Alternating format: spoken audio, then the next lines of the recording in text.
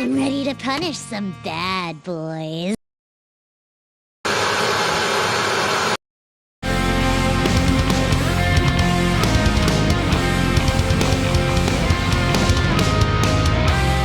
Hello everyone, and welcome to the 11th episode of BRAINWATCHED. I am your host, Overseer, and joining me as always is J-Chippers. We finally got over the hump of the 10th episode. I know, it's so exciting! Woo! And returning to this show is special guest Panex. Who's Panex? Don't you mean Nantles? My shittier name that I kept for like 7 years or so? No, we mean that guy in Intensity Crowds. Oh, that guy. Also, we just released Kimono Friends Abridged by this guy named Panex. I wonder if that has anything to do with that. I don't remember it being from that guy. Anyways, joking aside, yes, it's me. I am formerly known as Nintos. My new name is Panex, and that's because I decided to rebrand because I'm working on my manga. It's called Crux Remembers, and of course my team is called Ginseng Media, so I decided to rename myself as Panex because, you know, Panex Ginseng, it's a thing. But yeah, sorry for the shameless plug there, but yes, my... No, please plug away. Yeah, so I have a brand new manga out. It's called Crux Remembers. It's a horror tokusatsu manga, and you could check it out on the links below. And basically, it's about this young girl who finds herself in a situation where she is in a near-death experience after being saved by an urban legend.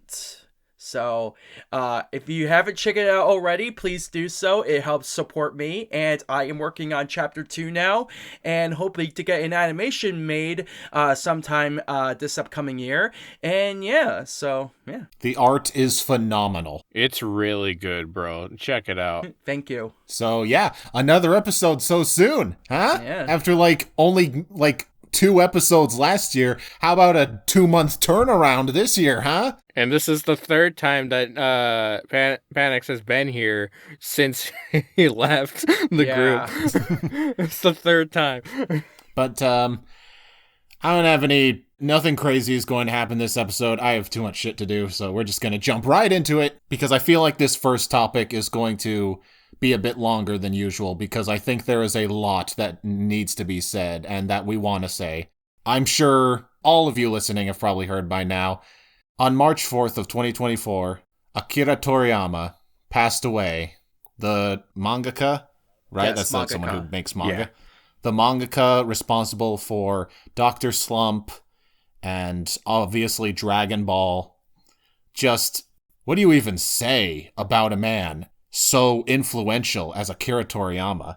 His work has just it changed media. Not even just anime, media altogether. Yes. Because not only did he work in manga, he worked on games too, like Dragon Quest, which is very apparent because of the art in it.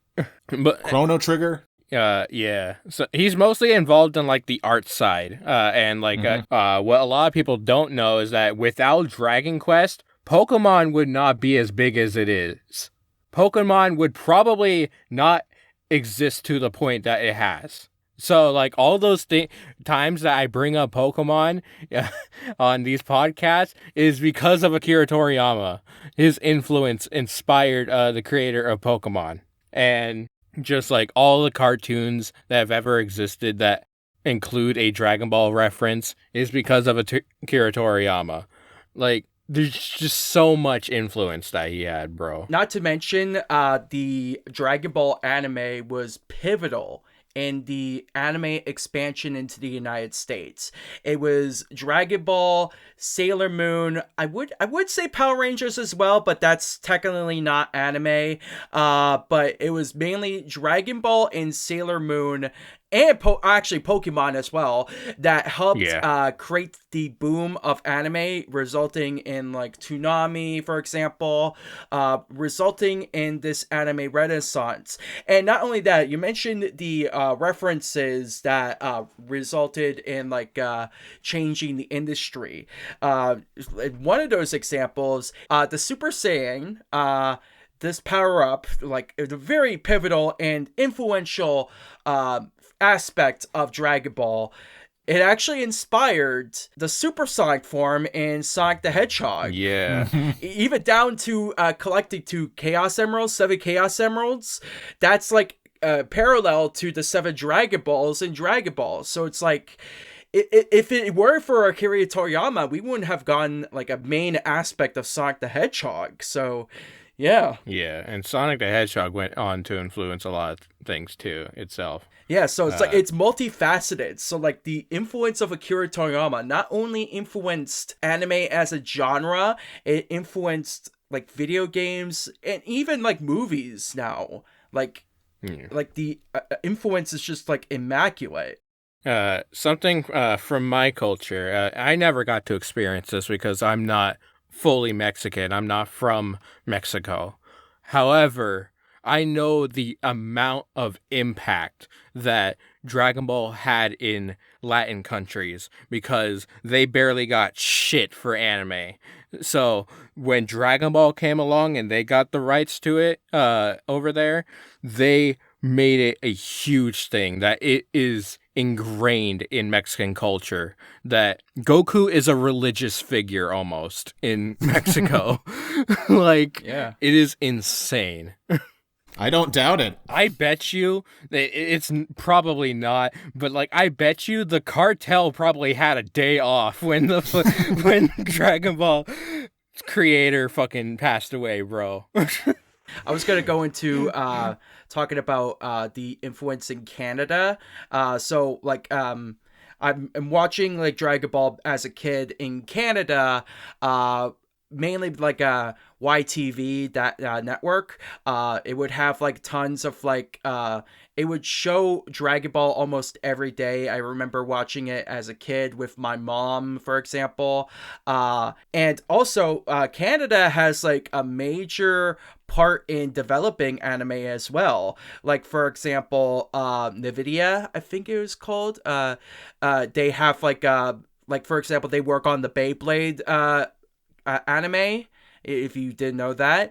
But it's weird because like in Canada especially, we don't really get anime on TV anymore, but it was like for like the 90s and the 2000s, it was like a major part of Canadian television in a way. So it's like, yeah. And without Dragon Ball, Toonami would not have exploded the way it did. Yes, exactly. I never grew up with Toonami because I didn't have cable. I experienced Dragon Ball pretty late. I was a teenager, and my first exposure to Dragon Ball was on the CW network Toonzai on Saturday mornings. They aired Dragon Ball Z Kai. That was my first exposure to Dragon Ball. Yeah. After that, I found Team 4-Star and Abridging, which obviously that got me to where I am now, basically. Akira Toriyama is what to shonen anime what Shotaro Ichiomori is to the tokusatsu genre, and what Osamu Tezuka is to manga. That's basically what I would describe him. Yeah. He is like a major influence in the creation of the modern shonen genre and basically revolutionized it into the powerhouse that it is today. So if it weren't for Akira Toriyama, we wouldn't get stuff like Naruto, Jujutsu Kaisen, Demon Slayer, like any anime that you would see right now that would be on like Shonen Jump or Crunchyroll would not exist if it weren't for Akira Toriyama, basically. People high regard One Piece as one of the greatest anime of all time now. Yes. And that literally wouldn't be possible without Akira Toriyama, because Akira Toriyama inspired Oda. Yes. And Oda was one of the people that was very upset when Akira Toriyama passed away. He gave his words about it, and it is heartbreaking, bro. Yeah, totally. Which is why it also pisses me off that One Piece fans and Dragon Ball fans are in a constant dick measuring contest with each other, and I hate it. Right? Yeah. My episode got more views than yours did. My merch is selling better than your merch. That's just like the anime community in general. That to be is. fair. It really is. Meanwhile, like so many fandoms do that for so many of their shows. Meanwhile, the creators of those shows are like best friends. Right? Yeah. Like, It's almost like the exact same thing that happens with wrestling as well. Oh yeah, not to mention, modern wrestling kind of like echoes a little bit of what Dragon Ball kind of is. I mean, the New Day, for example, coming out in cosplay of the Super Saiyans at WrestleMania, for example. Roman Reigns' character in modern WWE right now, kind of like almost like very similar to a character like Vegeta, for example. Like his influence, like Akira Toriyama's influence is like leaps and bounds into almost every aspect of culture now. Mm-hmm. And also, if it weren't for Dragon Ball, we wouldn't have Funimation. Remember that we wouldn't have had Funimation because at time of recording, Funimation is officially dead. yes. I can't believe I'm saying that. Oh my I know God. that's very shocking as well. But like, when I was describing Funimation, the entire reason Funimation was created in the first place was to license Dragon Ball to bring it to the United States. Correct. And like I said, like with Funimation now no longer being a thing, it's very unfortunate. But like, that goes to show how much of an influence Dragon Ball and Akira Toriyama had. That like, people started companies to bring it over. Mm-hmm. And that's crazy. So much stuff would not exist if it weren't for this man. I know. Also, It's crazy. I touched on it with Pokemon, with his influence on games. Final Fantasy would not exist without the influence of Dragon Quest, because Dragon Quest popularized JRPGs. Yes. And coincide influenced Pokemon, Final Fantasy, and basically every RPG that exists today. And Zay has a friendship in his life that he just constantly talks with Dragon Ball with. Yeah, Brandon, the guy who animated the segments in episode 10. Yeah, but me and Zay have this now new connection of Pokemon. And again, that would not exist without Akira Toriyama. So me and Zay would not have this connection like we do. When Dragon Ball Super was airing, speaking of Brandon, you brought up Brandon, my friend. I did want to mention this. When Dragon Ball Super was airing, me and him would get together after each new episode aired and just talk about it for like an hour. And it was like my favorite part of the week. We actually got in a call and watched because I think Crunchyroll was live streaming the episode, the two-parter where Goku first fights Jiren and he turns Ultra Instinct for the first time. Me and Brandon watched that live, and it was that moment. Ultra Instinct, it surpassed Super Saiyan 4 as my favorite Dragon Ball transformation ever. And to watch it live with my friend Brandon was it was so good. Yeah. Also, Dragon Ball, with its inclusion of all these very powerful women in its series, very much inspired a lot of anime to do the same, and video games to do the same. Yeah. A lot of strong women characters, because there's a lot of really awesome women in the Dragon Ball franchise. Oh yeah, totally. Chi-Chi alone. Yeah, and not to mention Bulma as well. Oh, we gotta love Bulma. Oh yeah, the first protagonist of the story. There was this picture that one of us shared in that Zay shared in art gallery chat that Bulma basically met every generation of the Son Goku. Yes. She met Son Goku. She met Gohan. She met Pan. She's been through it all with the Goku family. Yep. And that's fucking insane, bro. Oh yeah, totally. I'm surprised she was never killed off. Also, I might have a bit of a crush on Lunch. I know you do. Every time we bring up lunch or however you say it, because there is different ways to say it depending where you're from. Every time I bring her up, Zay is fucking frothing at the mouth, bro. I just feel like I'm one of the only people who actually likes her. I love her so much. She's so much fun. What about the androids? Oh, Android 18. I mean. Oh yeah. Krillin won, bro. Oh yes, he did. That lucky son of a bitch got it.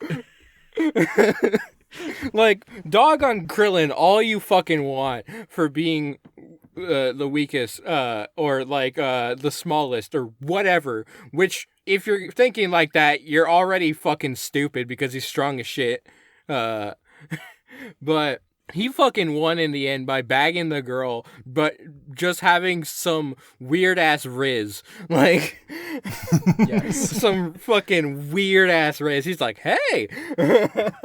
Okay. What about Android 21? God, I love her design. I love her design so much. It's so good. Toriyama is so fucking good at character designs. Oh my god. I know. It's crazy. But speaking of that, with Toriyama gone now, people have been wondering what's gonna happen with the Dragon Ball franchise going forward. It's already been said that he had basically a protege who does practically all the work for him these days, who is going to carry on the legacy. He already carries on Super. Toryotaro, I think you're talking about. Yeah, Toryotaro, or I'm so sorry for pronunciation, but yeah, me too. But yeah, he is going to be carrying on the legacy, and whether it's good or bad, that's for people to debate. But like, the fact that he's carrying on a legacy at all is inspiring. Like, it's amazing. And like, he was already Akira Toriyama's protege for years, so it's in good hands with how it's handled.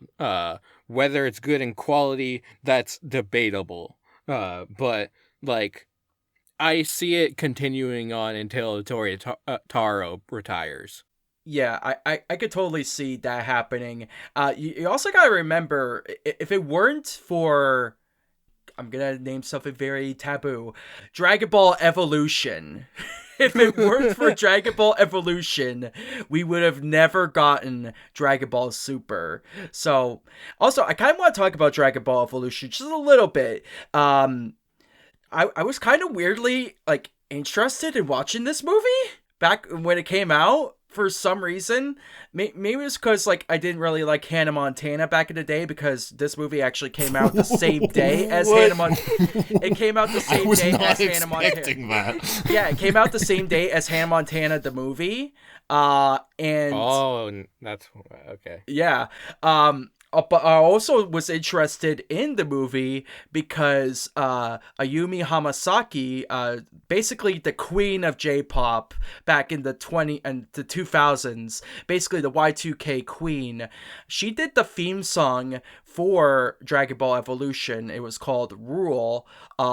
I was like a major fan of Hamasaki during the time back to 2009. So getting to hear her music in theaters, like her song was actually in, like, it was a instrumental part. It was like in the beginning of the movie. Hearing that as a young child in the theaters in Canada, so surreal. Absolutely surreal. But yeah, so like, even like back when I was like not really into watching the anime, I was invested into going to see this movie, even if it ended up like shit. So yeah. Oh yeah, like this isn't us endorsing Dragon Ball Evolution. It's still a fucking garbage ass movie. But I wanna say, wow, it's crazy how often we talk about Dragon Ball Evolution on this show. Except it's not crazy, because it's such an interest, despite the movie itself being dog shit, it's such an interesting story and such an interesting part of history. Yeah. It is. And just recently, the main actor for it, the guy that plays Goku, he come out and said that he understands how bad the movie was and that he apologizes for it. It's not your fault that the writing was dog shit. I know. That's another thing when you were talking about earlier of where Dragon Ball is going to go from here without Toriyama. Let's not forget, there's a new Dragon Ball series coming out this year. Dragon Ball... Yeah. I call it Dragon Ball Magic. I know that's not the correct term. It's called Dragon Ball, Daima or something. I think Magic was the original name for the series. Yeah, it was a mistranslation to English. Yes. But I call it Dragon Ball Magic because I just really like that name. It's going to be put on screen.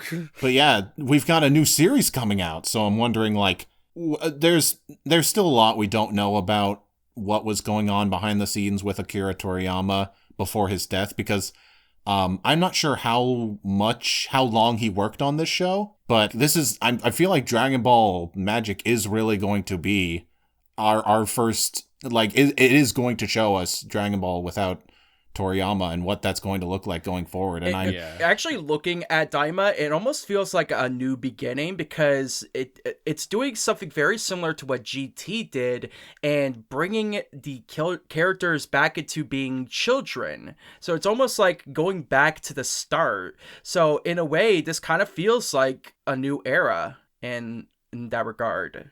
I'm not sure if I mentioned this at the beginning of this talk. Sorry to make this all sad and serious all of a sudden. But I do want to mention that, Toriyama passed away at the age of 68. Yeah. That is way too young. It is. That is so fucking young. Dude had basically a third of his life left to go. Yeah. He passed away of acute subdural hematoma, which is basically a blood clot in the brain. Yeah. And okay, it was and what I do think was the right call, because especially with someone as influential as Akira Toriyama, his friends and family kept his death a secret for a week prior to announcing it to the world, which I think was absolutely the right call. Yeah. Giving his friends and family, they had his funeral in private. Yeah. It was just the people close to him who attended his funeral. And that was definitely the right call. Wait until the friends and family have had time to grieve before announcing it to the world, because they knew everybody was going to be talking about this, and they didn't want to bother his loved ones. Well, there's that's the big difference between Japan and the West, is that they are very they very much care about family, even though their fucking work culture says otherwise. And they are very polite about things. Yeah. Whereas fucking TMZ has ruined so much in media with gossip culture, and that coincides with breaking news of death before it's even out of the fucking hospital. They gain their sources from the hospital staff, and it is insane how invasive they are. That shit would not fly in Japan, because that is just boggles my mind how deaths are handled in the West compared to Japan and other cultures. It also kind of reminds me of how MF Doom's death was kind of handled. It was also handled in private, and we only heard about MF Doom dying around I think it was around 2021 actually, but he died in private on October 31st, 2020. And yeah, so everyone like heard about it on December 31st, 2020. And yeah, it's kind of one of those situations where like, yeah, you have to be very careful with announcing it because privacy of the families of like whenever somebody loses their lives, it's always important. And especially somebody such as influential as Akira Toriyama, I couldn't even imagine what the families could have went through if they announced it earlier. Like you mentioned when you mentioned the cause of death and how old he is, it really homes like that this is probably a result of how his work style, honestly, because mangakas, and sometimes they do this to themselves, but for the most part is pressure put on from like their publishers or like or whatever company that they're with. Yeah, they are put on insane pressure, either put on by themselves or a company or whatever. Yeah, that they just rot away their body working, bro. Yeah, so subdural hematoma is actually associated with traumatic brain injury. So it could easily be that type of situation where he got stressed out so badly that like he would like fall or something like that, and it caused it. And blood clot that has relation to like the amount of blood flow you're getting in your body throughout your body. So like if he's just hunched out on a chair all the time and he's writing with his hand all the time, like that's gotta be something related to that. And it just homes home that like mangakas, they need to be treated better. They need to treat themselves better, bro. Yes. And like anime creators and that coincide with that, they just need to be treated better. They need to treat themselves better. And just entertainment people in general should not have crunch. Yeah. Should not crunch themselves. Should not have to go through all this stress that it causes a untimely death at a young age. Yeah. Like, it's insane that, like, media has made it the norm to do this. It's not okay. Yeah, especially in Japan, like their work ethics, even like outside of like the anime and manga industry, always like tends to be like grueling. And I actually follow some of these anime creators who created their own anime dormant channel, and basically they do independent animation, and they did like this anime music video, and it was a really good music video, and they did it entirely with their own funding, like with crowdfunding. And it goes to show that like there needs to be a lot more ethics when it comes to like anime, manga, like the creation of that stuff, and especially the treatment for animators. That example you gave just really sounded a lot like Trigger, because they left Gainax basically in the same way, and went on to make their own shit, and they crowdfunded a lot of stuff, and it's very akin to that. Yeah. And like as far as I'm aware, people that work for Trigger love working for Trigger. So like shit, like when you get a better working environment and more appreciation, it really changes things. You might have a better lifespan. Yeah. It's so I see this as a sign. This is a big wake up call to media crunchers, to the anime industry, to the manga industry, that this needs to change so we don't have another situation like this. I remember after Resurrection F came out, which was the second Dragon Ball movie, and everyone was kept saying like, we want more Dragon Ball, we want a new series, we want more movies.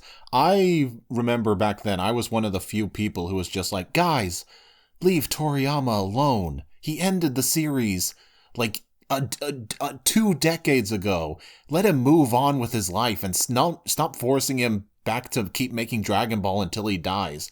But after Dragon Ball, what was it? Well, Dragon Ball Broly, Super Broly.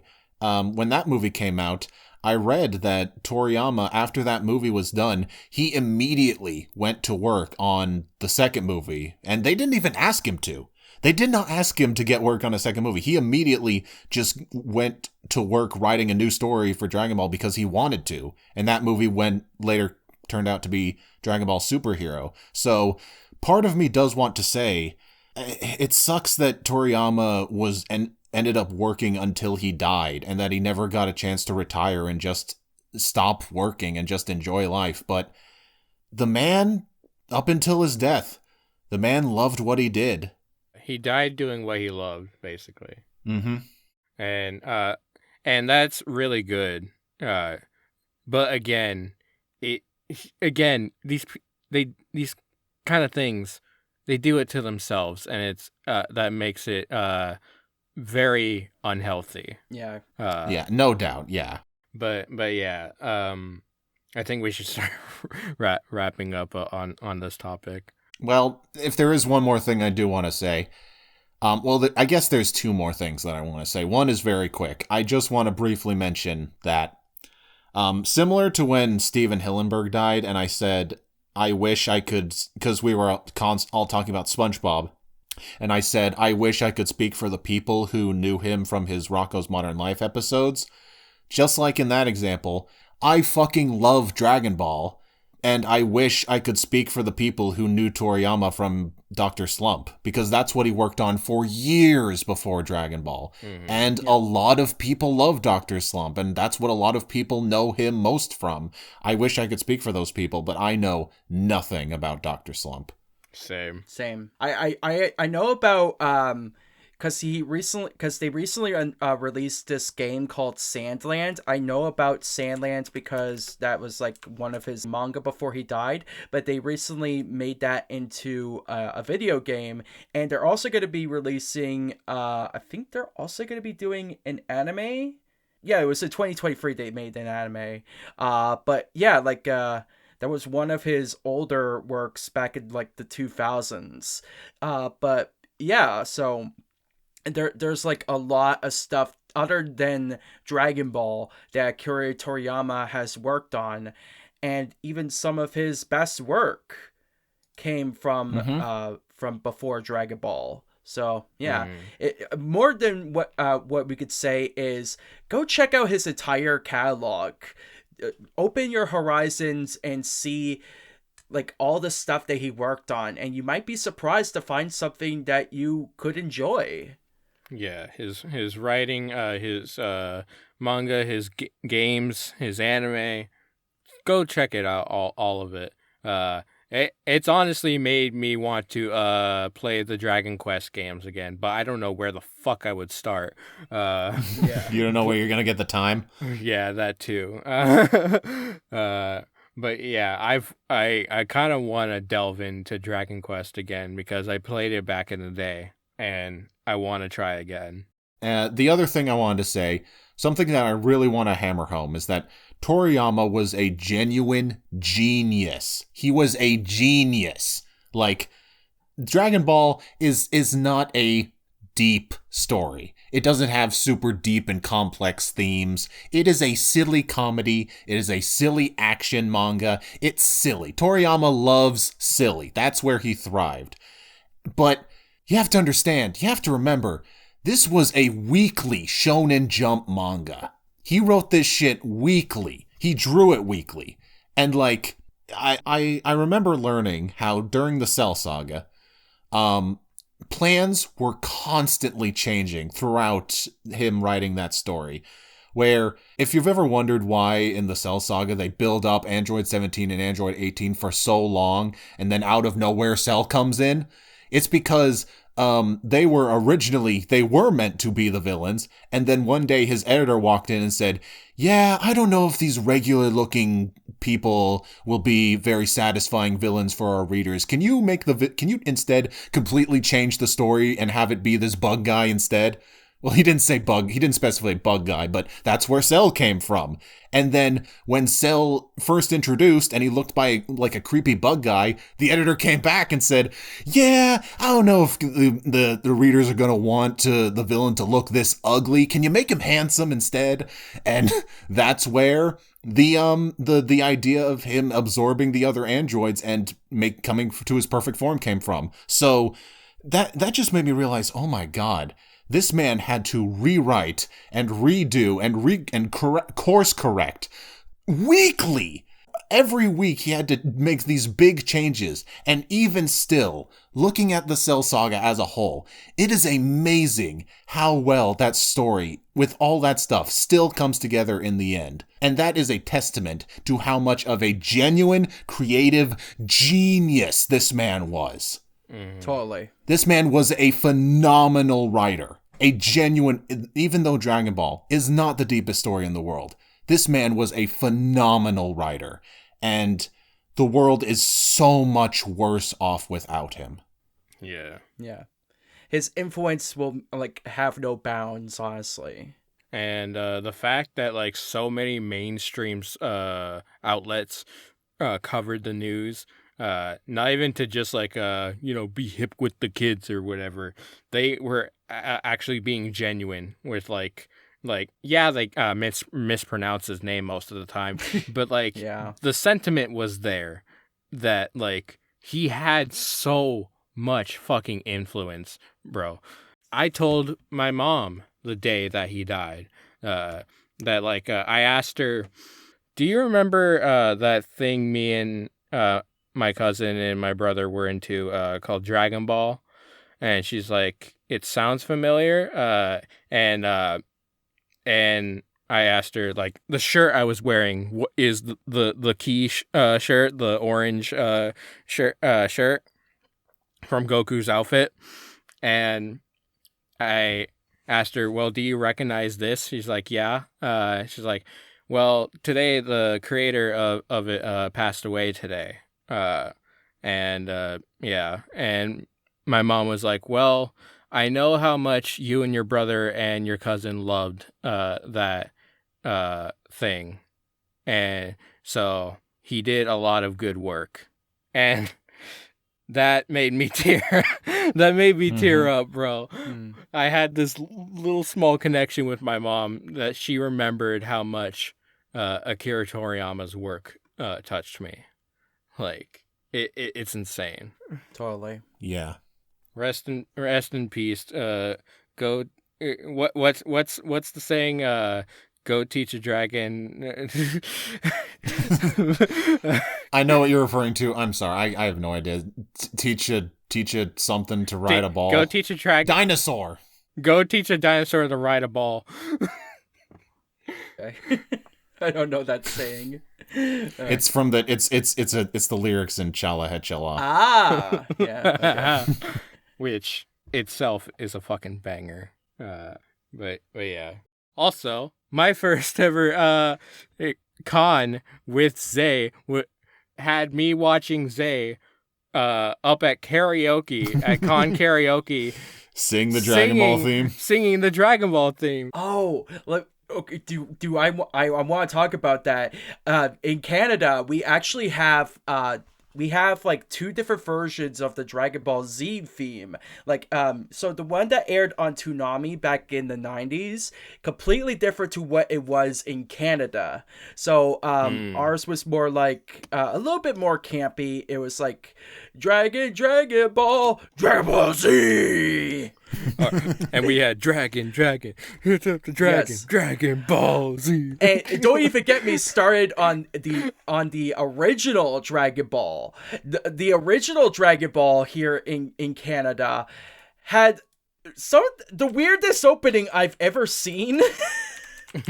So it was basically like this neon opening, and it had like the singer was like, Dragon Ball, the ultimate battle, the martial arts fight between evil and good, like the most campy voice imaginable. Like it's basically giving you the plot of the show in the theme. I know, it's so weird. It's like so out of place. And then we also had the GT one, which was just basically just a dub of the, what was it? It was the dub of the Dan Dan song instead of... Oh, you lucky bastards. Yeah. We got the fucking shitty ass GT rap. God damn Step it. into the Grand Tour. What do you mean? I love the GT rap. Oh, you also remember the one that was like basically when it first, like Dragon Ball first aired, it was the 1995 one, and this one actually was in Dragon Ball Z Bridge. They actually put this in, and it was like such a banger. And on Dragon Ball Z Abridged, Team 4-Star, without their influence in abridging, we would not be here on this channel. Yeah, totally. Exactly. Totally. So they helped influence the genre of abridging and made it into like the format of abridging wouldn't have been made without Dragon Ball Z Abridge. And that was, absolutely. And that was all from them being huge fans of Dragon Ball. Yes. Again, like their influence, Akira Toriyama's influence leaps and bounds. You can find it everywhere, and it's like everywhere. I know, transcends, bro. Yes. Rest in peace. Rest in power. Yeah, rest in power, man. Well, I think it's time to move on. Yes. Yeah. Our next topic. Let's bring the mood up a bit. Talk about something a bit lighter. Our next topic. It's not going to be a trailer reaction technically. We're just going to be talking about a movie that was recently announced. And J-Chip, you are the one who brought this movie to my attention. I did not hear about this before you introduced me to it. I know nothing about The Sims, the video game. All I know is that I believe it's just a regular life simulator, where it's a game where you make a character and you build a house and you go out and party and you can have a wife and kids. It's a regular life simulator. It's on the bare bones description of it, yes. And they're making a movie? Yep. But you want to mention who it's directed by or produced by? It's being produced by Margot Robbie and her production company of Lucky Chap, who you might remember were the producers of the Barbie movie. Yes. So the reason I wanted to include this topic was because, one, the last brainwatching we had, Wildcard went off about the Barbie movie. He sure did. Yeah, and two, like, people are skeptical about this, with it being The Sims, where it's just like this nothing franchise, you know? It's like Barbies in a way are Sims. It's like create whatever for this girl, create this whole world and scenarios with this girl, with this character. Yeah, kinda. And Margot Robbie took that and made a fucking amazing movie out of it. Because they did so much with it. And that's what I feel that they're gonna do with The Sims. Because if you didn't know, The Sims has lots of lore. And I'm not even joking. Wait, what? The Sims has a lot of lore. If you look deep enough. To the point, Matt Pat of Game Theory, who is now retired, by the way, as of this video, he's now officially retired. He did his last set of videos recently. He covered The Sims at one point a couple years ago, because he was even surprised that this game had lore at all. But he was proven by the fans that it does indeed have deep, rich lore. And it's mostly involving like the pre-made families that are in the game, because you don't just create all these characters in the game yourself. There's pre-made characters in the game to start out with. If you can't, if you're uncreative or you want to have neighbors or whatever, there's pre-made families, and that's where the lore really comes in. And the biggest example being the Goth family, Bella Goth, has a ton of history in it. And people are wondering, like, well, is Margot Robbie gonna play Bella Goth then? And like, that's the thing. This movie's only been announced so far. We haven't had a trailer. We haven't had any information about it beyond who's producing the movie and the movie being in development. That said, I wouldn't be surprised if Margot Robbie was casted because she's kind of, on top of the fucking world right now. Oh, yeah. Yeah. Like, I have no doubt that she's going to be casted, but people are, like, wondering who she's going to be casted as. Because, like, outside of Bella Goth, who the fuck else? Because that's the biggest name in the entire franchise of the characters that are in the Sims universe. That was actually news to me, that like there's lore to the Sims. All I know about I didn't even know there was like lore or something like that. I thought it was just like a silly game. Look at not only like that game theory video that I mentioned, but there's channel Frederator videos on it. There's so many Sims channels that have done videos on it. There's so much fucking lore in this, bro. Yeah, all I know about The Sims is that there are other games that are not just The Sims, but like Sim City, Sim Theme Park, Sim Copter. There's even Sim Ants. You can play Sim Ants. Yeah, so if you didn't know, The Sims, like The Sims, or Sims 1, Sims 2, Sims 3, Sims 4, are actually a spin-off of SimCity. And it became its own franchise out of it. Yeah. The more you say the word sim, the less it sounds like a real word. Right? Like, I'm saying it so much, like, take a drink every time I say the word Sims. Fucking alcohol poisoning. Yeah. Not even that, but, like, it also spawned the Spore series. Spores was associated with The Sims in a way, or created by the creators of The Sims, Maxis. Mm-hmm. And this isn't me endorsing current day Sims, honestly, because Sims 4 is the biggest exploitation of its customers. Not to mention they're EA. They are EA. Oh, that's boy. the thing. I am trapped by EA. EA got me with this shit. But yeah, the thing with the lore, the easiest thing I can tell you is that, other than Bella Goth being a prominent character, Sims 3 actually is a prequel to Sims 1 and 2. Wait, what? And Sims 3 is... There's a chronology? This is news to me. Sims 3 is 25 years before Sims 1 and 50 years before Sims 2. Okay. Which is fucking bizarre because, like, of the technology that's in Sims 3, but, like, that's also the thing that there's time travel in these games, too.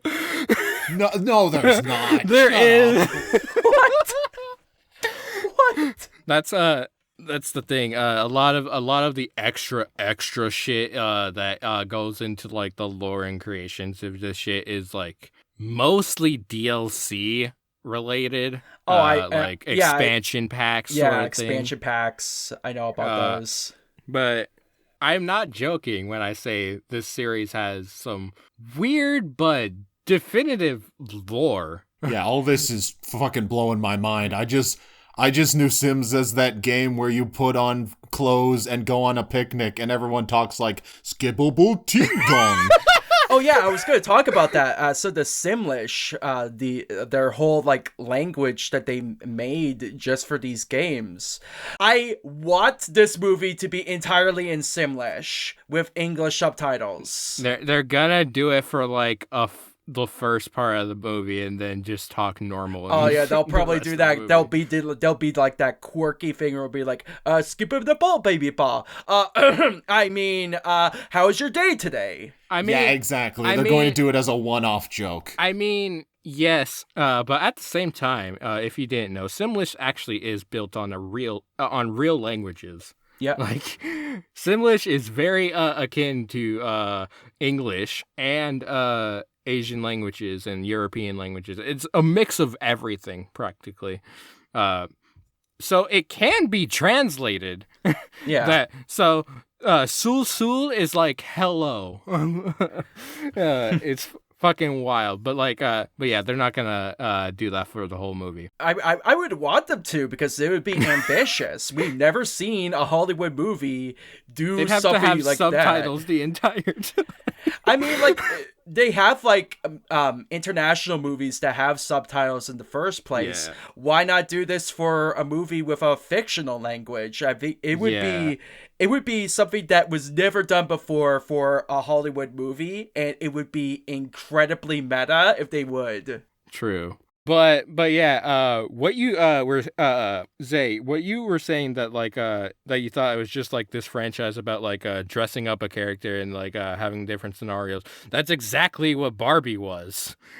That's exactly what the Barbies were.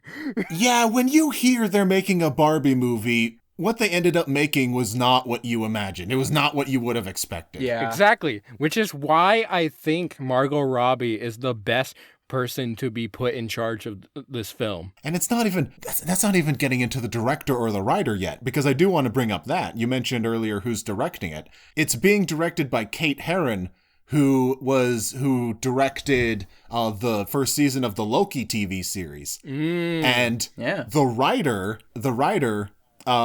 Brittany Redman, she's a writer on Doctor Who. So it's just like, you've got the writer of Doctor Who, the director of Loki, being produced by the people who made Barbie, and I'm just like, what the fuck is this movie gonna be? Now I know the time travel is gonna be handled well. Yeah, I could see this being a total mindfuck in a good way. Just by those names alone, that would just be crazy. And also, even though the entire movie isn't going to be in Simlish, I just know the credits are.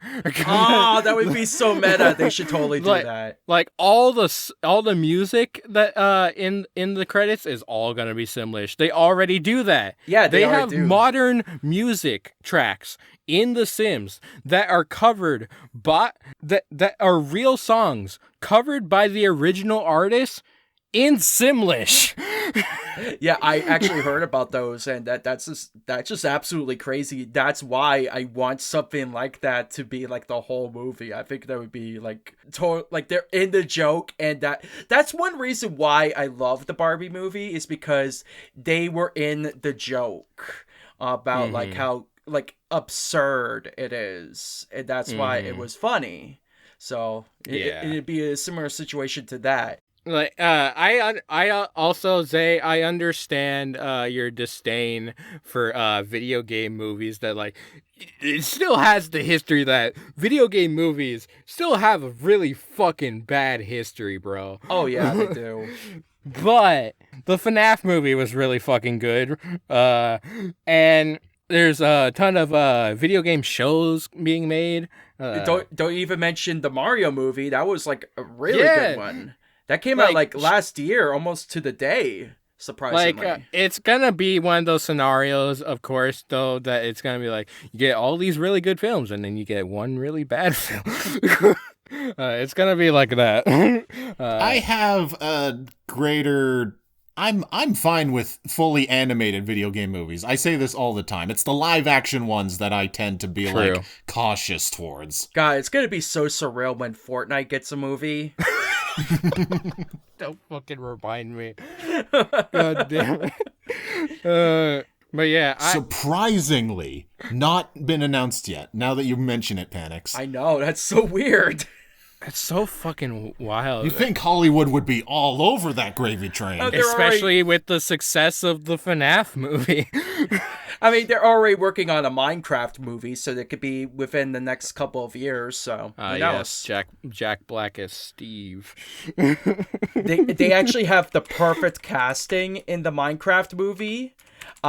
Jennifer Coolidge. So, if you know about Jennifer Coolidge, she has that, like, voice is like, you look like the 4th of July. Do you know what that actually sounds very similar to?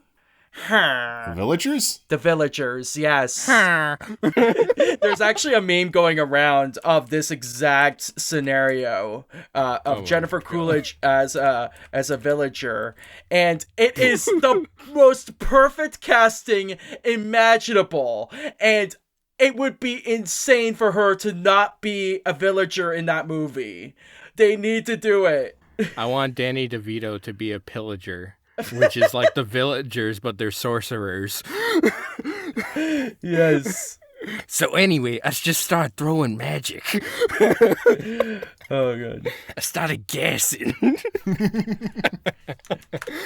Here's to be the question.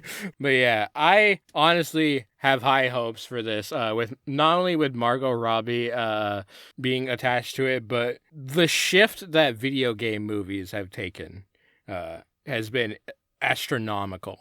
Oh, yeah, totally. Right.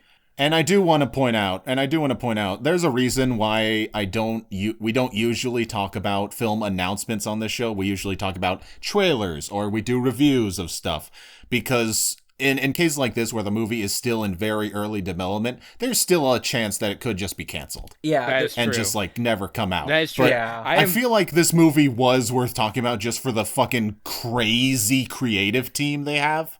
I am interested to see who they sell it to. Like distribution. Right, that is true. They don't have a like a studio backing them up yet. Yeah, I'm interested to see who they sell it to. If they sell it to Warner, that shit's getting canceled. Yeah, boy. I thought you were talking about like demographics, because I could imagine this being for like teen moms or like middle-age moms. Like, so Illumination movies. Like they said, they're the mom studio. That is true. That is definitely true. But I mean, if you want the movie to be Simlish, they've made a whole empire of characters that don't speak English and just speak gibberish. yes. Then again, that would probably be the Candy Crush movie if they were marketing towards them, considering most moms aren't playing Sims, they're playing like mobile games on like Candy Crush and stuff. True. So like, You're right. yeah, that ship has totally sailed. Yeah, but I think they're gonna sell it to like millennials and zennials, honestly.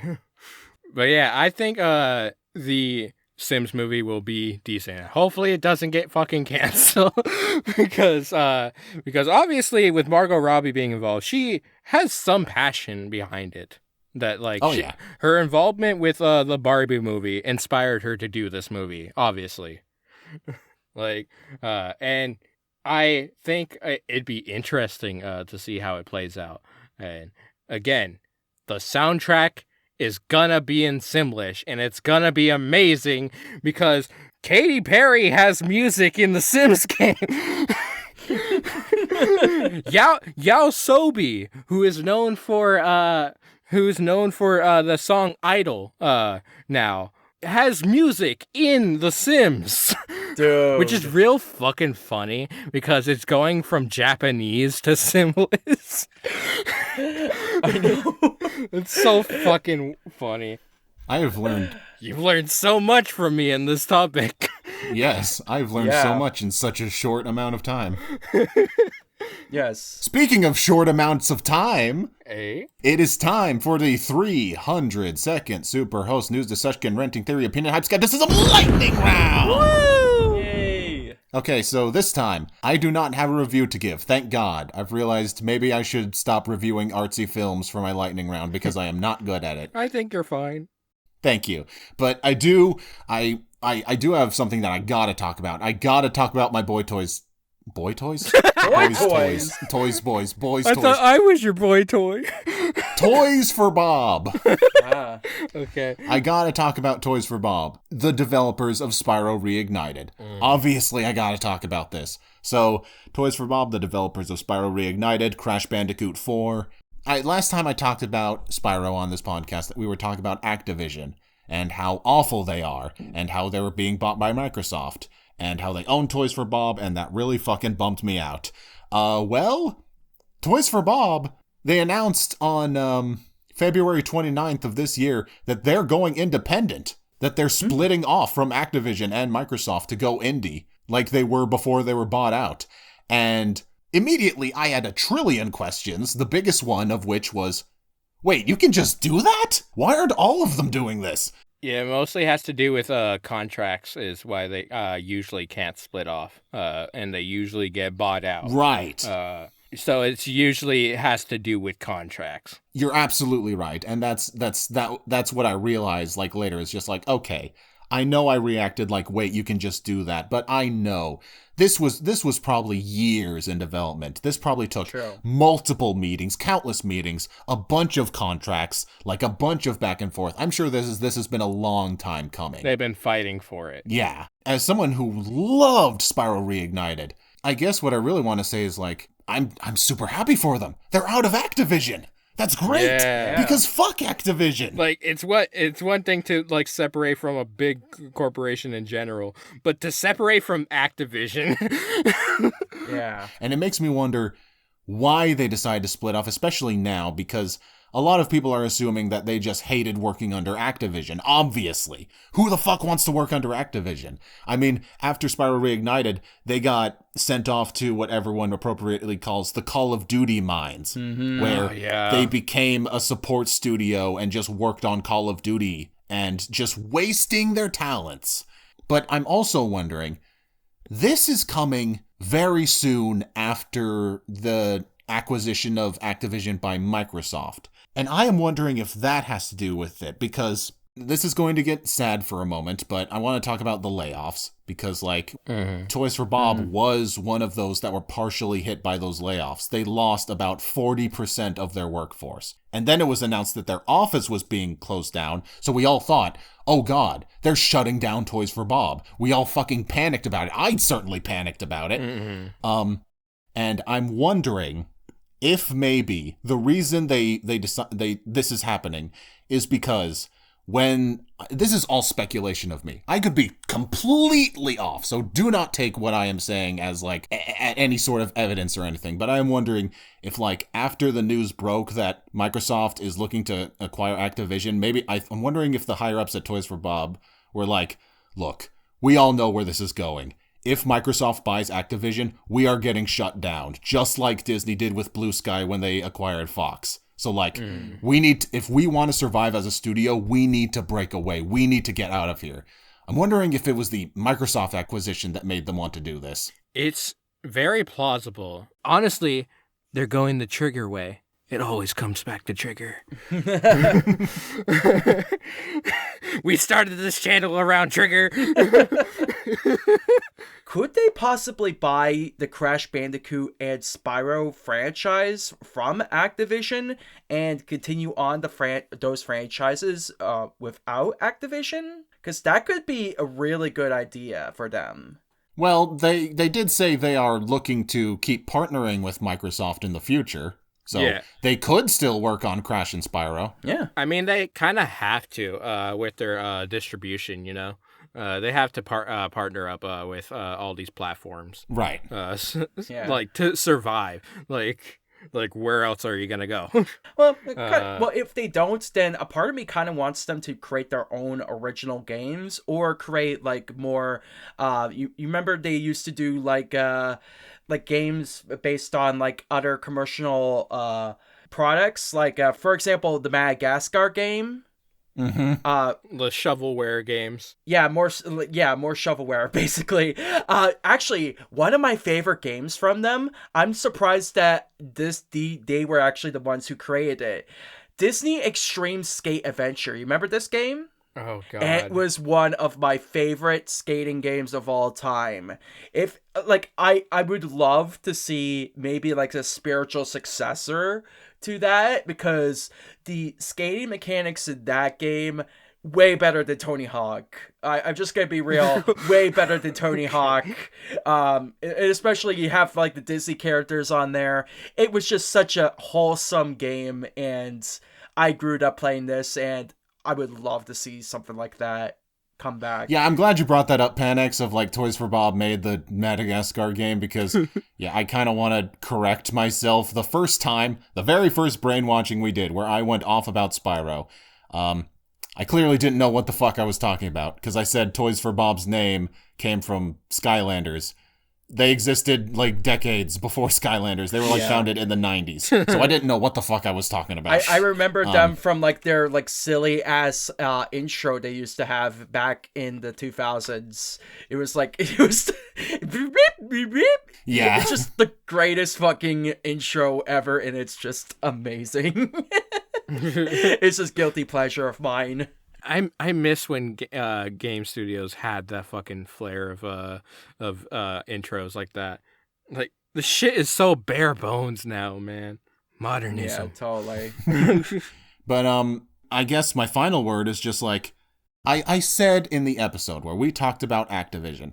I said that I really hope that Activision fixes itself, because maybe then I can feel I can play Spyro without feeling guilty. I said those words. And now that Toys for Bob has gone independent and they have broken away from the evil incarnate that is Activision Blizzard, whatever game they make next, whether it be a new Crash or a new Spyro or a new IP that's totally original, whatever they make next, I am buying it day one. And I am so happy that I can say those words, that I can support Toys for Bob, because they are a wonderful studio of so many talented people, and I'm rooting for them so fucking hard now, and I cannot wait to see what they make next. I agree. But yeah, Panex, you want to do your topic before I do mine? Yeah, sure. I was not sure if I wanted to talk about something like X-Men 97, considering I haven't even watched it yet. But what I did watch is the new Has-Been Hotel that came out. Yeah. Oh, shit. Yeah, so, I kind of want to talk about that a little bit, because I watched the whole series, and it was pretty good. And this is coming from a guy who only watched the pilot of Has-Been Hotel and not the entirety of Hell of a Boss. I think I really liked how they did like the story and stuff. Not really that much I can really say, other than the characters are absolutely fantastic. And yeah. Like, what I do know about it is that, by the way, between the pilot and the original show now, both sets of cast do amazing. Oh yeah. Like the cast for the show are just as good as the cast from the pilot. Yeah, there was a lot of concern when the show was announced that the voice actors weren't going to be as good as the pilot. But I think with the idea of them all being Broadway, I think it actually led to the voices in the series ending up being much more better voices for the characters. Well, there is the argument that like, they're getting rid of a bunch of YouTuber VAs and independent VAs, all for these Hollywood talents. Like, yeah, I don't mean to be the constant negative Nancy. I don't want to be negative Nancy. It's always me. But like, I do think that, like, yeah, it fucking sucks for the pilot actors, because I'm just like, imagine if you're an amateur voice actor and you lend your voice to this pilot and it gets 500 million views and that it gets picked up for a full season and you think, yes, this is my big break. This is my chance to get into the big business. And then you get replaced by a bunch of people who are already famous. Like, that fucking sucks. Yeah. But like, It unfortunately, it's not the first occurrence of it happening. It's happened plenty of times for very popular shows. Yeah, and not to mention one of the voice actors, Michael Kovac, he's like flourishing in like series like The Amazing Digital Circus and Murder Drones. So I don't think it really affected some of the voice actors, but it more highlights some of the amazing talents of the Broadway. For example, the voice of Charlie Morningstar, my favorite voice actress in the entire series. I think her performance was absolutely incredible. Not to mention, there's ones like Keith David. I think that was his name. Yeah. Keith David. Yes. Keith David, Yes. also known as the Voodoo Man. Yes. So he actually plays, I forgot the character's name, I'm sorry. Husk, yes, Husk. There's also Missy, who only appears in one episode. She's played by the voice actress of Spinel, Sarah Stills. Oh, that's awesome. Excuse me. Oh, that's awesome. Yes, she's one of my favorites because, like, Spinel, like, even if I'm not, like, a huge Steven Universe fan, Spinel is my favorite character in Steven Universe. And I fucking love Spinel. yes, and, like, she brings that energy to that character, and it's just amazing. And there's also other characters like Brandon Rogers. He plays Katie Killjoy in the series. There's Nifty. She's played by Camino Glenn, who was in Voltron, was actually like really good. And Angel Dust is played by Blake Roman. And Angel Dust is one of my favorite characters in the show. There's a very packed cast in this movie, in the show, and like some of them also like shine, like each character gets their own spotlight in the show, and like the music in the show also is absolutely amazing. And yeah, You're a loser, baby, a loser. Okay. And I do understand a little bit of people's criticism about Vivian's writing. I know. With all of the cursing, I understand a little bit. Yeah. But there's just so much unwarranted criticism towards Vivian for it. I feel that like swearing can be used in some cases and maybe some as not, but like I don't mind how Vivian writes her own shows. I don't mind it, but I can understand why people don't really like it. But back to the point of indie animation, this and Ruby, where we're going to talk about later, this and that show was kind of one of the reasons why I got into making my own stuff, and that's because we see something like this, Hazbin Hotel.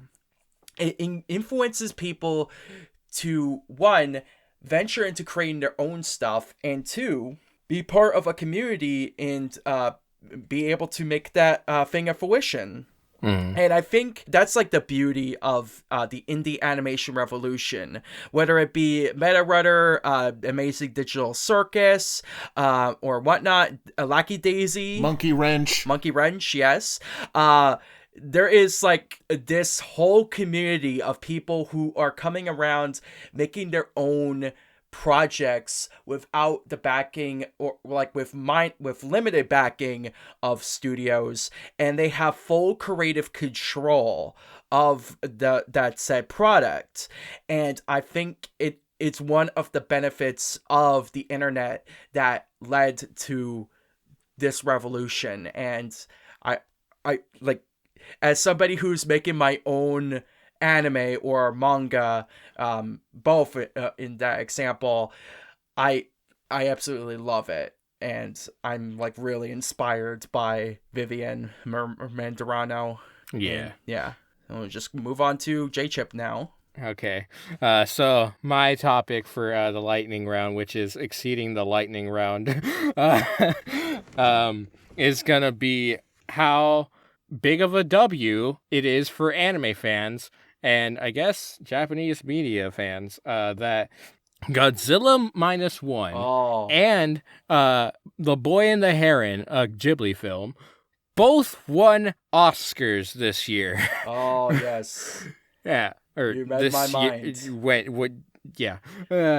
And no matter how you feel about the Oscars, because we weren't going to talk about it because there's so much fucking shit around it that I don't want to get into. Those two things are huge W's for the community.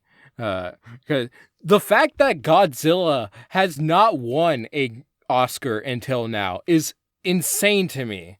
I know, that's crazy. Shin Godzilla didn't even get one. I know. That's insane to me, bro. And this isn't even like the first time that Ghibli has been nominated for an Oscar since their first one. They've been nominated several times and they've lost several times. But The Boy and the Heron, I'm so mad that I haven't seen it yet because of distribution. Yeah. I had a chance to go see it. I didn't even get a chance to watch it though. But yeah, like they did Spirited Away ended up winning, and that was Miyazaki. That was that in 2003? That was 2001, I think, actually. Yeah, it won Best Animated Feature in the 75th Oscars. Yep. Yeah, so like, but like, especially Godzilla, like, as you guys know, I'm a tokusatsu fan. I keep on mentioning it every time I get every chance I get. But yeah, like, I'm shocked that Godzilla never won an Oscar before, and this is the first time it did. And it's not even for Best Picture; it's for Best Special Effects, which goes to show how good the special effects of Godzilla were, because You guys know traditionally Godzilla would be suit animated. It would be guys in suits. This and Shin Godzilla were the first Japanese movies of Godzilla to be fully CGI. I'm not even counting the CG Godzilla anime. I'm not counting that. Yeah. And also not counting the American Godzilla movies, which are just as good. But this, like, it was a long time coming, basically. And yeah, totally.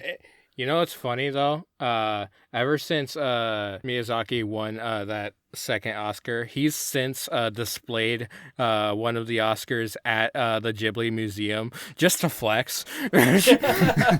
Like he has one at home and then he has one in the fucking museum.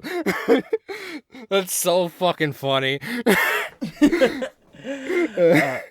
And the Ghibli movie got the nomination for Best Animated because otherwise it wouldn't have got an Oscar nomination otherwise, because fucking Oscars fucking hate animation. Yes. So, but yeah. One reason why I really like The Boy and the Heron really interests me is that Robert Pattinson is in the dub for it. Robert Pattinson is the Heron. When I thought that was Mark Hamill, and he is in the movie.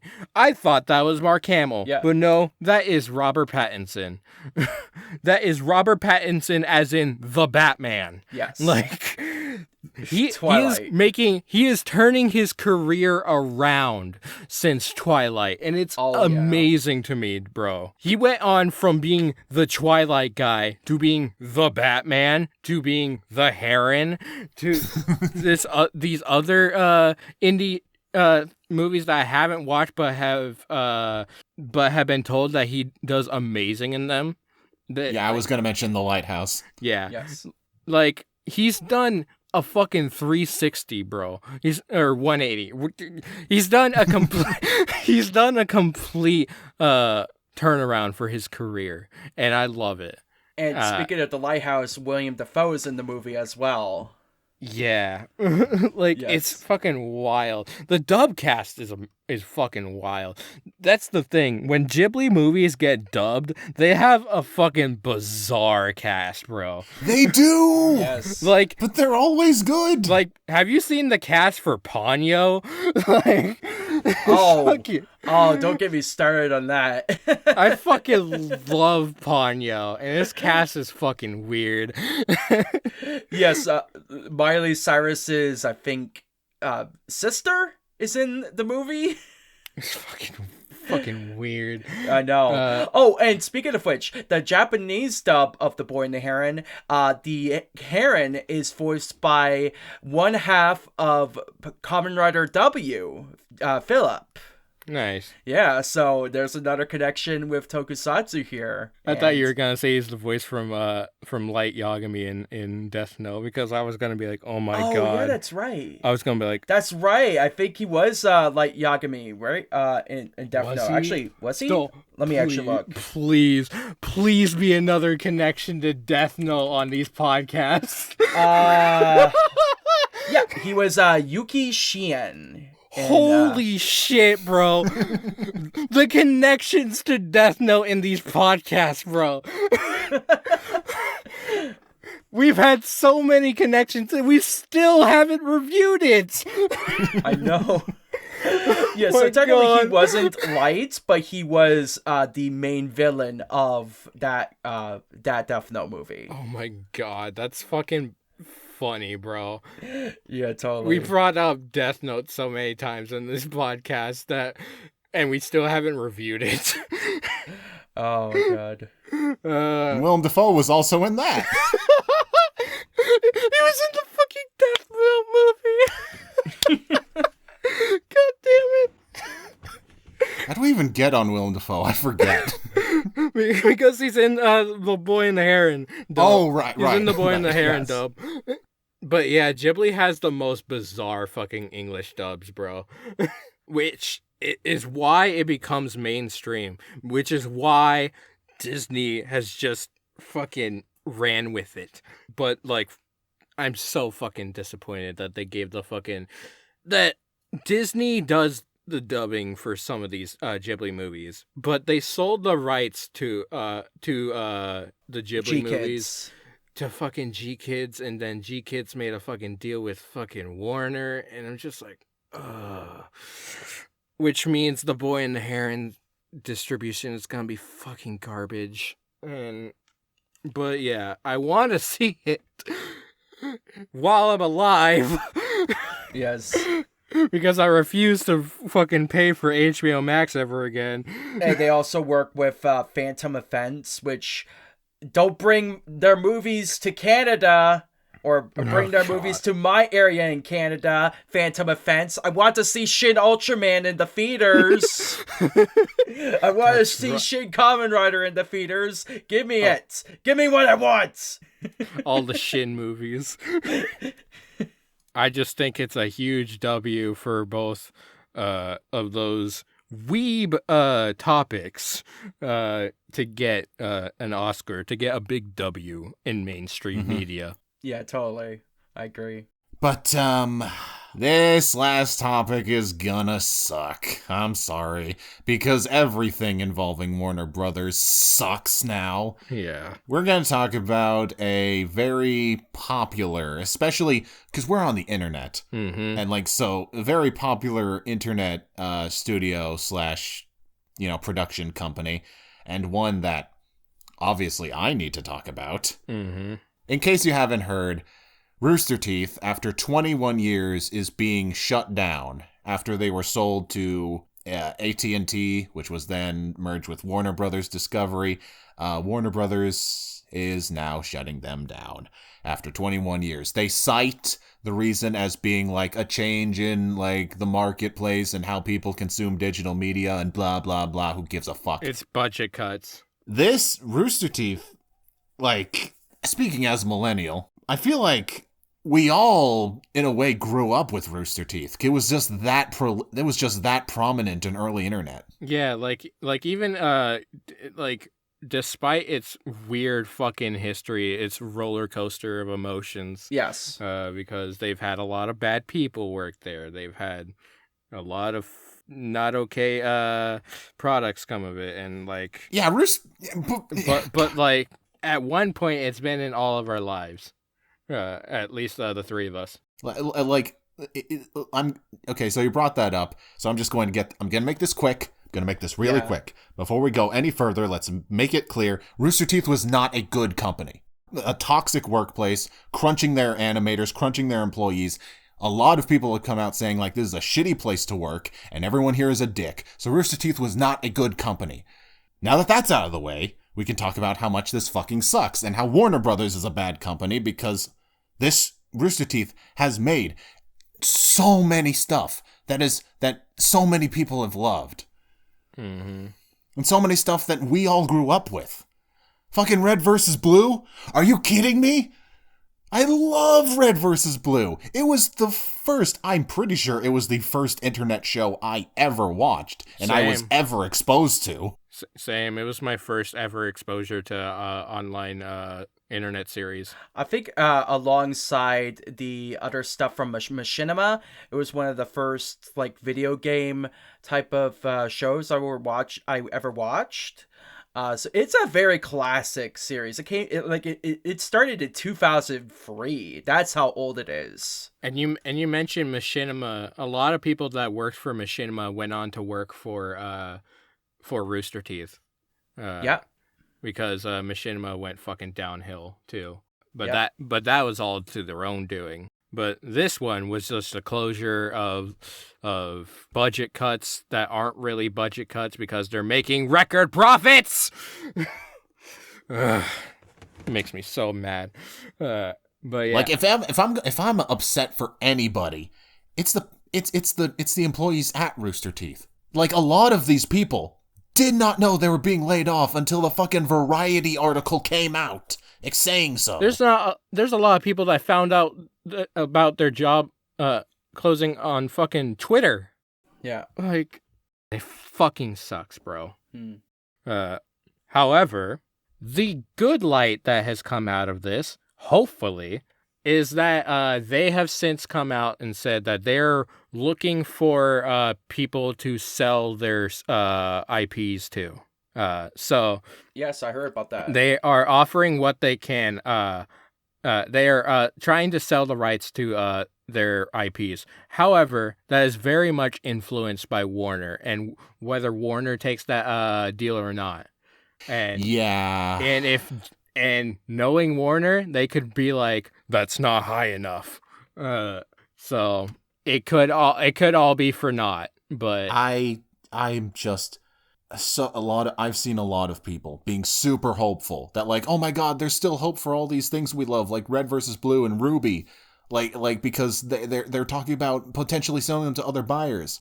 And I have no hope for that, because this is coming directly off of the whole Coyote versus Acme thing, which drove me crazy that Warner Brothers was not willing to sell that movie. Even I'm fully convinced they never had any intention of selling that movie and just said they were going to sell it to get PR off their ass. Because like, if they were not willing to, because like, look, I'm not trying to make this a statement about like how profitable Ruby is or how profitable Rooster Teeth is. This is more a statement of Warner Brothers' unrelenting greed.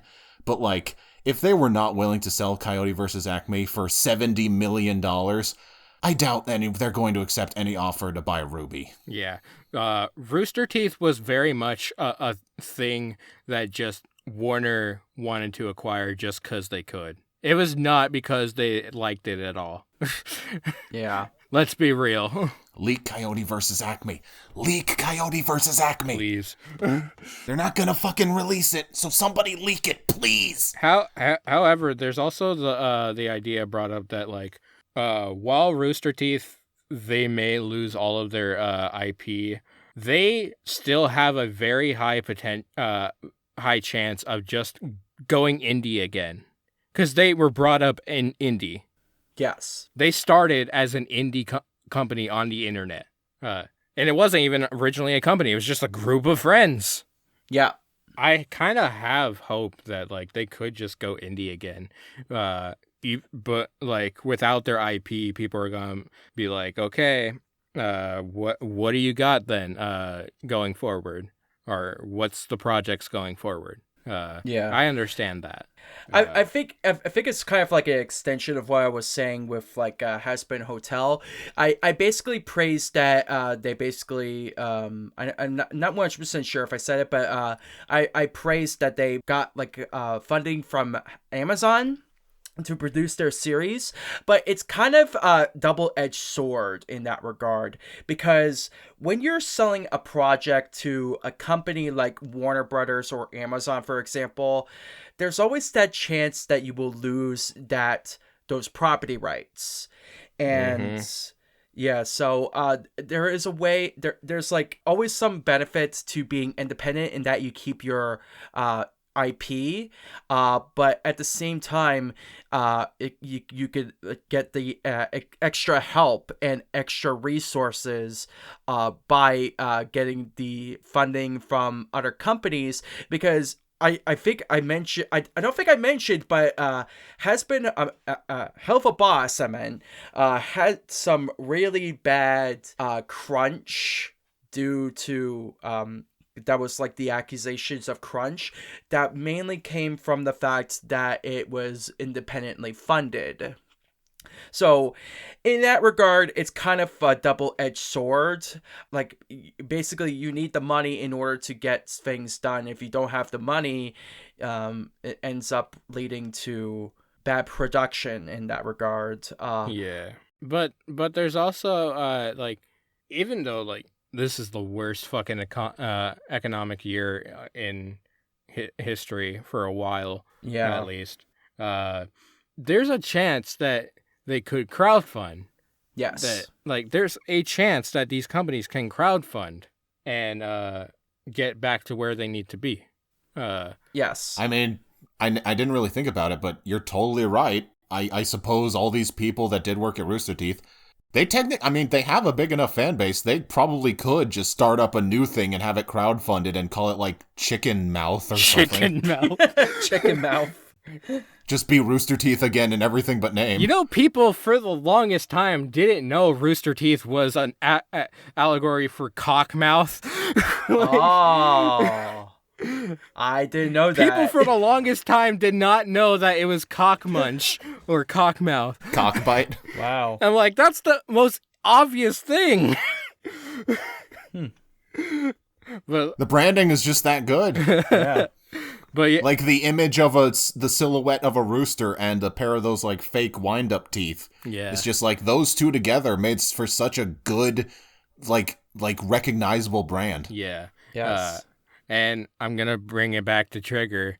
They could pull a trigger. They can pull a trigger on being another trigger. Yeah.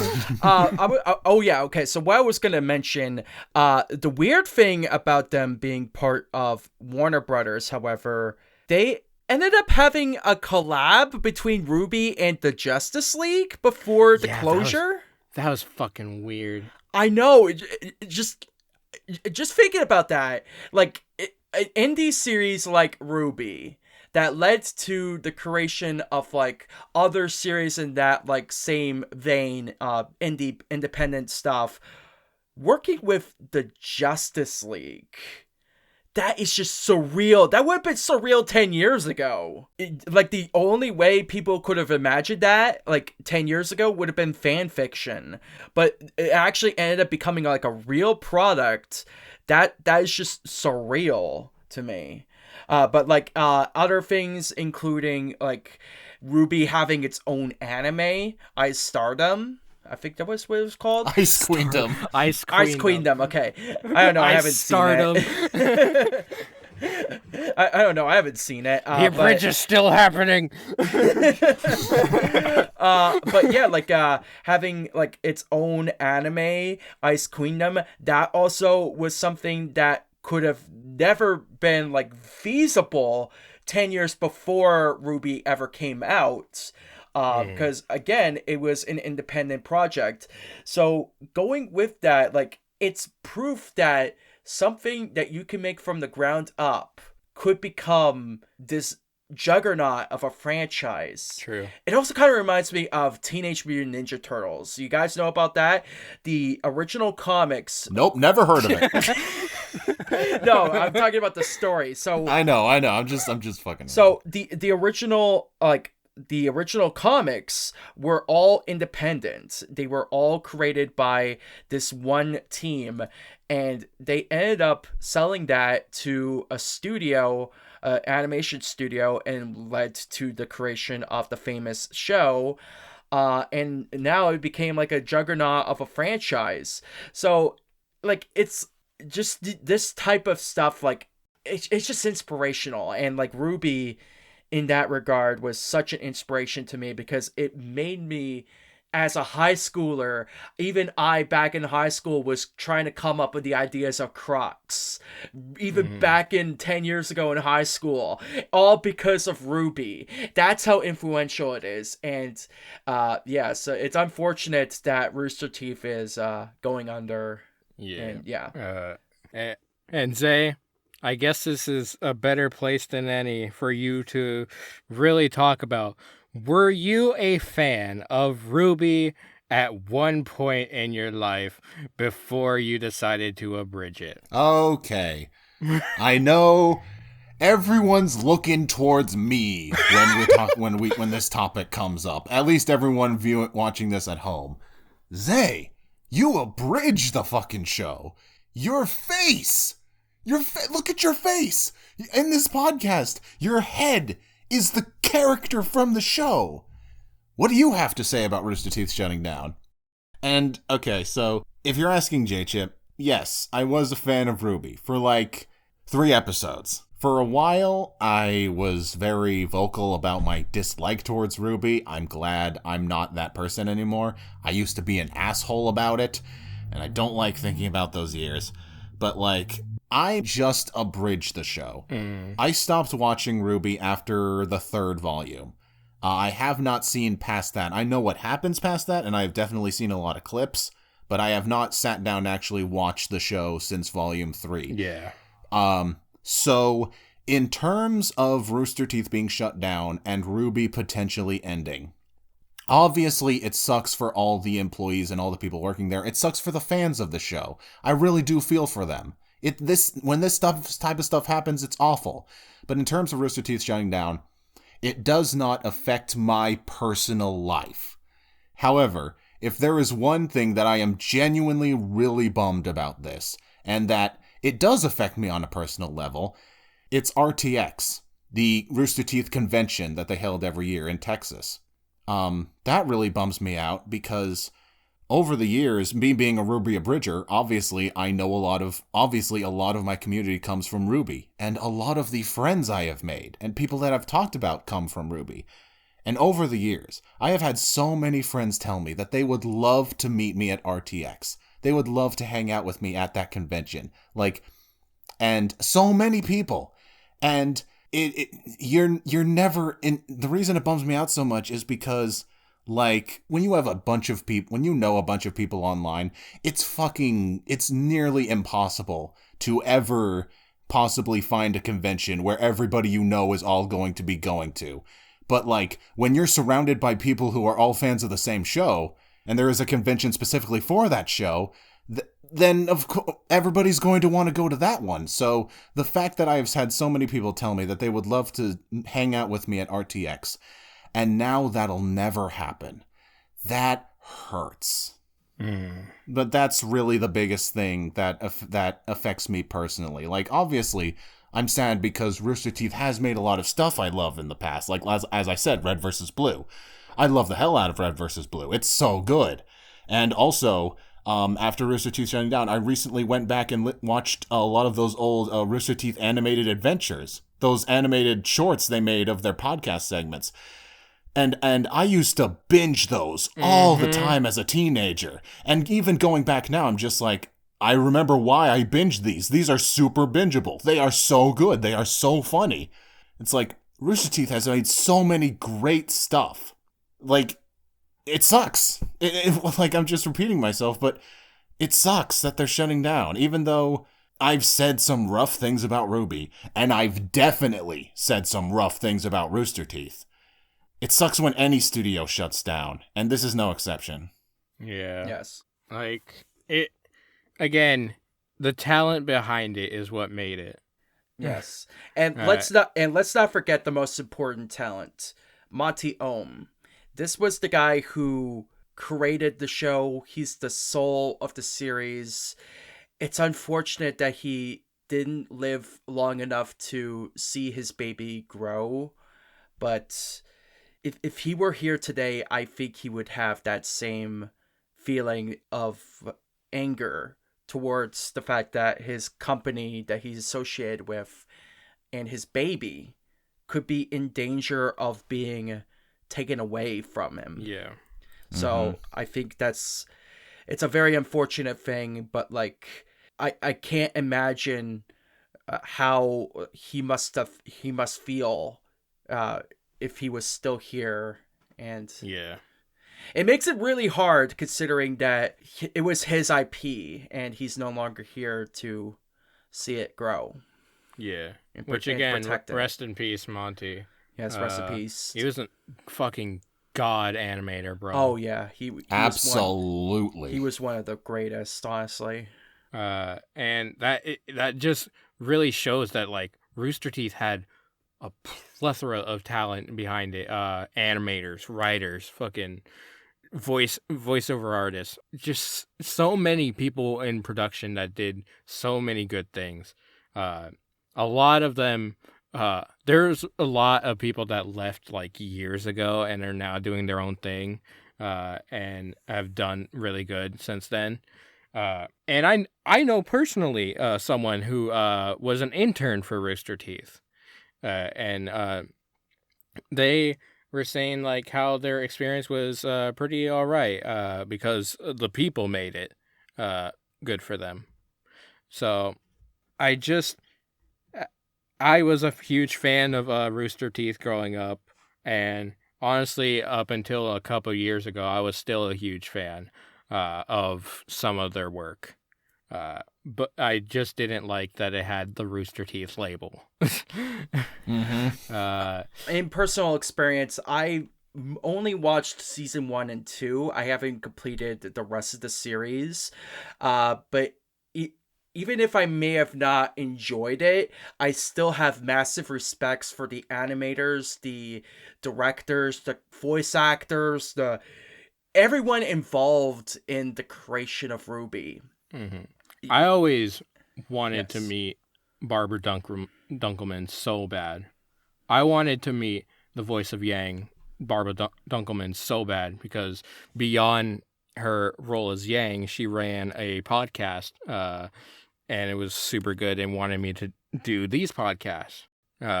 And there's tons of inspiration podcasts that wanted me to do these podcasts. But I always wanted to meet her. But in that light, I cannot also say that Ruby is kind of continuing to a point, as of what they announced recently, that the Ruby VTuber is going to be continuing as far as it can until they are told that they can't anymore. Because if you didn't know, the voice actress for Ruby does VTubing as Ruby, and sometimes collabs with Yang or Barbara, and also some other characters, because the voice of Ruby is actually married to one of them. It's her streams are cute, I'm gonna be honest. And they basically said that they're gonna go as long as they can until they are told that they can't. So it's continuing in a sense until it doesn't, and I honestly give props to them. They're going out with any sort of a bang. So props to them. And I mean this with every atom in my body, all the power in my soul. Fuck you, Warner Brothers Discovery. Yep. Yeah. Warner Brothers at one point before Discovery was okay, and then they started getting greedy, and then Warner Brothers Discovery was like, let's be even more greedy. I mean, it's one of the reasons why I'm not seeing that new Godzilla movie. It's because I do not want to support Warner. Even if, like... Thank you. Yes, even if Warner can produce some good things, like Smiling Friends, for example, the company is still shit, and you should not give your money towards them. I 100% agree with that. Thank God that Smiling Friends, the team behind it, is releasing it online. Thank fucking God, bro. Because I cannot bring it into my life that I have to watch it on fucking HBO Max. Fuck that shit. Yeah. I can't imagine something similar happening to Smiling Friends. I really hope to fuck Warner Brothers doesn't screw over Smiling Friends like they did Ruby. I mean, they screwed over JG Quintel with fucking canceling Close Enough. That shit's gone now. You know, the regular show successor is fucking gone now, bro. And it makes me so sad because that's one of the reasons why I even got HBO Max on its launch, was for Close Enough. I canceled my HBO Max a long time ago, mostly because of the price, and also that they were deleting a bunch of shit from it. Like, morals aside, that was the reason why I canceled my HBO Max. But ever since I've canceled it and all this shit keeps happening, I'm like, I'm fucking glad I did. Yeah. And honestly, I just want I want Rooster Teeth to go independent. I want them to go independent so bad. And I'm hoping that the rights to some of their IPs get saved. If they don't, then hopefully whatever they make going forward has the passion behind it, as it did with their old IPs. Mm-hmm. So rest in peace, Rooster Teeth. R.I.P. R.T. R.I.P. R.I.P. R.T. But hey, Ruby and Bridge is still coming. I lived, bitch! I lived! Whew. Well, that was a rough one, I'd say. Yeah, but we had some laughs and fun times. We did. Yeah. And it was nice speaking with you two again. Oh yeah, totally. I miss. Thank you so much for coming on back. Thank you so much for coming back on, Panics. Yeah, I miss doing this. Honestly, it's so much fun coming back here sometimes. Also, we released fucking Kimono Friends Bridge recently. Go watch that, please. Yes, it's my old shit. Go watch my inferior stuff. And as Panic said, he released a fucking manga. Please go check that out. It's really good. Yeah, totally. No, for real, I've worked so hard on both Kimono Friends of Bridge, and I want you guys to go see it again. And of course, I'm working so hard on my new project, Crux Remembers, and I'm hoping you guys all support it. And yeah, thank you for having me come back onto the podcast. It's so much fun. Of course. Of course. And after you go and read Panics' manga, I hope we will see you next time on the next episode of Brainwatched! Bye-bye! Bye.